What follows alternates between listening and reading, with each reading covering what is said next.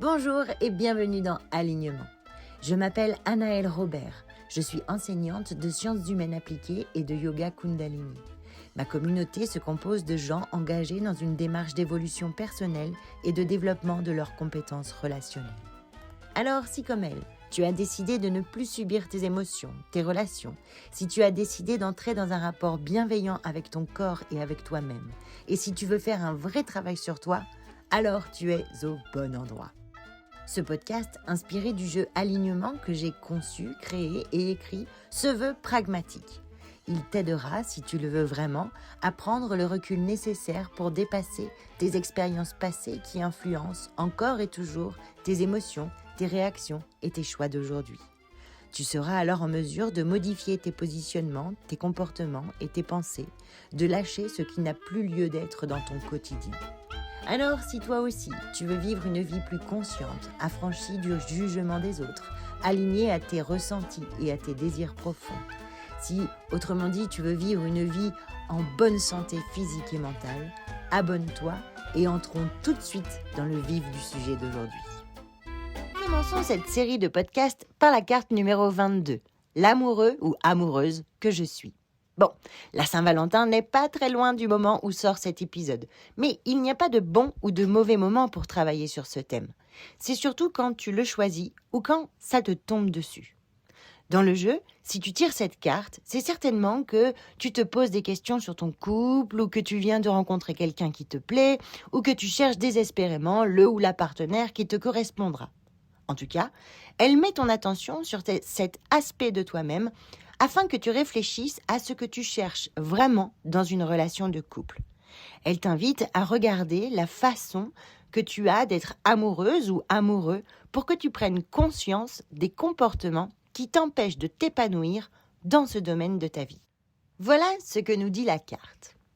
Dans les débuts d'une histoire d'amour, la chimie crée l'alchimie. Nous devenons l'un pour l'autre un centre autour duquel tourne notre univers.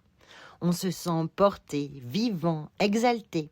Et même si tout ça nous fait un peu peur d'aimer, de faire confiance, cette intensité finit toujours par nous étreindre et on se sent même pousser des ailes. Et il faut le dire, tout ça, ça fait du bien. Ça fait du bien de se sentir aimé, accepté, admiré même parfois. Et c'est d'ailleurs avec beaucoup de nostalgie ou d'envie même que nous repensons à ces moments. Parce que, nous le savons, ce moment, il est temporaire. Inévitablement, les tensions arrivent à un moment. Mais alors, pourquoi cette passion ne dure jamais ? Qu'est-ce qui se joue dans une relation amoureuse et que peut-on vraiment en attendre ? Et comment vivre un amour plus juste ? Pour traiter le sujet, nous allons explorer 3 grandes pistes de réflexion. D'abord, on va voir la construction identitaire au travers de l'effet miroir dans le couple. Puis, nous verrons la place de l'amour de soi dans une histoire d'amour. Et enfin, on se demandera, mais qu'est-ce que c'est l'amour avec un grand A ? Alors, commençons. Dans toute relation, qu'elle soit amicale, amoureuse, professionnelle, nous vivons ce qui s'appelle un effet miroir. Dès le début de notre vie, nous construisons notre identité au travers du regard des autres. Il s'agit d'abord du regard des parents, puis de la fratrie, des amis et de tous ceux ensuite que nous côtoyons et auxquels nous donnons du crédit. Pour faire simple, cela se résume en une phrase. Je m'aime et je t'aime parce que tu me renvoies une image positive de moi-même. Une grande partie de l'amour que nous portons aux autres et à nous-mêmes est conditionnée par notre reflet dans le regard des autres. Et c'est encore plus vrai dans un couple. Au début de la relation, cet effet miroir, ce processus d'identification, domine. L'amour qui vient de l'autre nourrit notre amour-propre et s'aimer soi-même, ça donne confiance en soi. D'où ce sentiment incroyable d'exaltation dans les débuts. Mais si notre confiance en nous dépend de quelqu'un d'autre, non seulement ce n'est pas viable dans le temps, parce qu'au premier désaccord, tout se dégonfle, mais aussi parce que, quelque part, cela signifie que nous recherchons une sorte de fusion, comme si on finissait par croire que quelqu'un, enfin, pouvait nous comprendre entièrement et nous aimer ainsi aussi. L'amour passionnel d'une relation de couple donne l'illusion de l'amour inconditionnel. De nombreux psychologues ramènent cela à une nostalgie inconsciente de notre période prénatale, quand nous étions dans le ventre de notre mère, avec laquelle nous ne faisions qu'un. D'autres parlent d'un désir d'absolu que nous cherchons à assouvir. Chacun l'interprétera comme il le souhaite. N'empêche que nous sommes nombreux, une fois adultes, à rechercher quelqu'un qui nous aime de cette façon et qui reflète parfaitement ce que nous sommes à l'intérieur en l'acceptant totalement. Mais soyons lucides, c'est absolument impossible. Et c'est peut-être ça le plus dur à accepter. Nous sommes tous des êtres singuliers, ne serait-ce que par notre génétique et notre histoire. Mais sans cette prise de conscience, comme des enfants, parfois la peur de ne plus être aimé, de décevoir, de perdre cet amour que l'on croit inconditionnel dans les débuts d'une relation amoureuse, prend beaucoup de place. C'est elle qui, par exemple, nous fait devenir jaloux, possessifs, qui nous fait entrer même parfois dans des schémas de culpabilisation, voire de manipulation. En fait, pour le dire autrement, dans le couple, notre ego, cette partie de nous qui tient à nous maintenir dans des représentations toutes faites de nous-mêmes, travaille dur. Et celui de notre partenaire aussi travaille dur.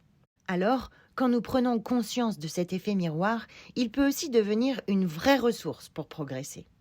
Pourquoi trouvons-nous une personne aussi fascinante ? Parce que ces façons d'être ou d'agir font écho à quelque chose ou des aptitudes que nous ne nous autorisons pas à développer nous-mêmes.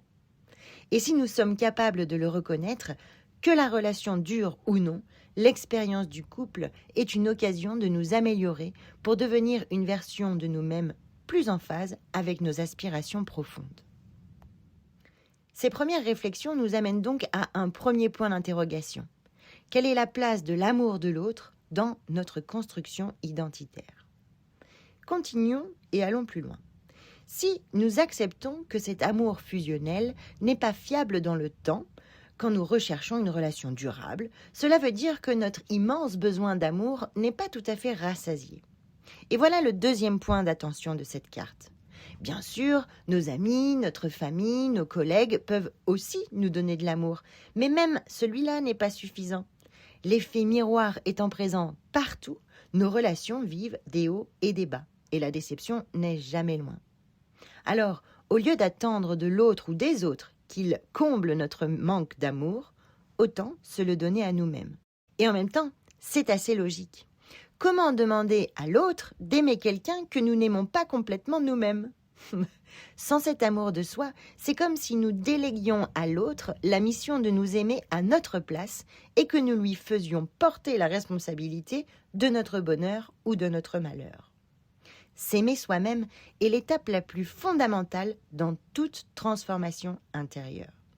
Cela modifie complètement notre vision du couple et nos attentes vis-à-vis de l'autre. Alors, moins attendre de l'autre, être lucide sur cet effet miroir, se donner soi-même de l'amour, cela nous amène au troisième point que cette carte développe. L'amour avec un grand A, celui qui n'est pas du tout l'amour passionnel du début d'une relation ou même celui des comédies romantiques. L'amour avec un grand A, c'est celui qui dépasse ce que nous n'aimons pas chez l'autre parce que nous nous donnons à nous-mêmes assez d'amour pour ne pas le chercher et le demander à l'extérieur. L'amour de soi nous rend plus compréhensifs avec les autres. On les aime malgré tout et nous sommes capables de nous ouvrir aux vrais besoins de l'autre, de l'écouter vraiment et sans tout rapporter à nous-mêmes. Nous devenons aussi moins dupes des jeux d'influence et de manipulation, sachant renvoyer à l'autre ce qui lui appartient de travailler sans nous. Finalement, ce qui pose les bases d'une relation saine, c'est la confiance. La confiance, c'est le trésor le plus précieux du couple. Et c'est à deux qu'on en fixe les limites. Le sentiment de trahison est très difficile à dépasser. Il l'est même quand c'est nous qui trahissons. Ce qui est important aussi, ce sont les valeurs partagées, discutées, qui peuvent même être parfois remises en question. Mais l'amour se nourrit aussi de la foi que nous avons l'un pour l'autre. Non pas en projetant notre propre idéal sur l'autre, on l'a compris, cela fait partie de l'effet miroir, mais en lui accordant le droit de faire ce qui le rend heureux, comme lui nous l'accorde. C'est une réciproque. Cela nous fait accepter que l'autre puisse s'offrir des moments de bonheur sans nous, et nous fait accepter aussi que nous pouvons également nous offrir des moments de bonheur sans l'autre. Si la confiance est là, il n'y a pas de raison de ne pas y croire. Attention, la compatibilité amoureuse passe aussi par ce qui nous rend heureux à deux. Une vision commune, des projets ensemble, vivre des choses ensemble est tout aussi important que de se rendre heureux nous-mêmes. C'est un moyen de consolider les liens même quand la passion passe et quand le quotidien assomme. Se positionner sur ces réflexions, c'est nous donner une chance de ne plus reproduire les mêmes schémas, de sortir de certains cycles avec notre conjoint ou de prendre, de façon plus lucide, la décision de s'accrocher ou de quitter la personne. Je le rappelle, il n'y a pas de réponse toute faite. C'est à toi et toi seul de t'interroger et de sentir qu'est-ce qui résonne et comment ça résonne. Je terminerai par un petit nota bene. J'aurais pu parler aussi de la place du sexe dans le couple. Mais c'est un sujet trop important dans une vie qui mérite au moins un épisode de podcast à lui tout seul. C'est d'ailleurs une autre carte du jeu citée comme complémentaire à celle que nous venons de faire, l'amoureuse, amoureux que je suis. Je te propose maintenant quelques questions à te répondre à toi-même. Je t'invite à te répondre sincèrement, sans te cacher derrière des peurs ou derrière ce que tu as entendu venant des autres. Une transformation intérieure demande d'avoir le courage de l'honnêteté avec toi-même. C'est ce que tu ne veux pas voir qui te fait stagner. Le mieux même, ce serait d'écrire les réponses et de les développer sur papier. Mais si tu n'es pas dans des conditions qui te permettent de le faire, tu peux simplement les laisser résonner. Tu es prêt ? On y va. Qu'est-ce que j'aime chez l'autre que je n'ai pas ? En ce moment, comment l'autre me regarde et en quoi quelque part, c'est aussi comme ça que je me vois.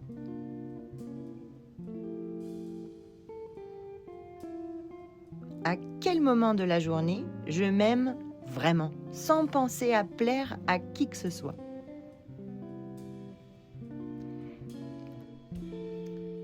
Et enfin, cette carte s'appuie sur une idée formulée par un auteur inconnu. Là aussi, laisse-la résonner en toi. Le bonheur, ce n'est pas de rendre l'autre heureux, c'est de se rendre heureux soi-même et d'offrir ce bonheur à l'autre. Maintenant que tu as écouté cet épisode, ton attention va naturellement être tournée vers le sujet. Tout cela va faire son bonhomme de chemin en toi. C'est la force de ce jeu. Mais tu peux aussi prendre un moment de recul dans les jours à venir pour te demander intérieurement « Mais pourquoi je réagis ou pense comme ça ? Puis, pourquoi je réponds cela ? Puis, pourquoi je réponds encore cela ?» En interrogeant plusieurs fois les réponses que tu te donnes, tu vas remonter à la cause principale sur laquelle tu peux vraiment agir.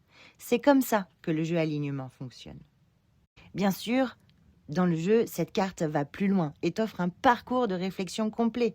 D'autres questions, un exercice d'attention spécifique, un parcours vers d'autres cartes qui sont complémentaires et qui nourrissent tes réflexions. Tu peux faire le travail seul en achetant le propre jeu, le lien est dans la description, ou l'explorer avec moi à travers différents ateliers collectifs, un accompagnement individuel, mais aussi modifier les réactions automatiques de ton corps et de tes pensées en suivant mes cours de Kundalini Yoga. C'est un yoga qui est fait pour ça. Voilà, cet épisode touche à sa fin. Concentre ton attention sur ce qui te parle dans ce que tu as entendu, sur ce que tu en retiens. C'est visiblement le plus important pour toi à cet instant. Et laisse le reste. Et observe ce que cette carte continue de faire bouger en toi dans les jours à venir. Le prochain épisode sera comme toujours une suite logique au travail de l'épisode d'aujourd'hui. Nous irons voir la carte numéro 6, ceux qui m'inspirent. Elle parle de ceux que nous imitons, des gens à qui nous voulons ressembler, mais aussi de notre singularité. Abonne-toi au podcast Alignement pour ne pas passer à côté. D'ici là, je te souhaite et je vous souhaite à tous et à toutes de belles aventures intérieures et n'oubliez pas, soyez doux avec vous-même.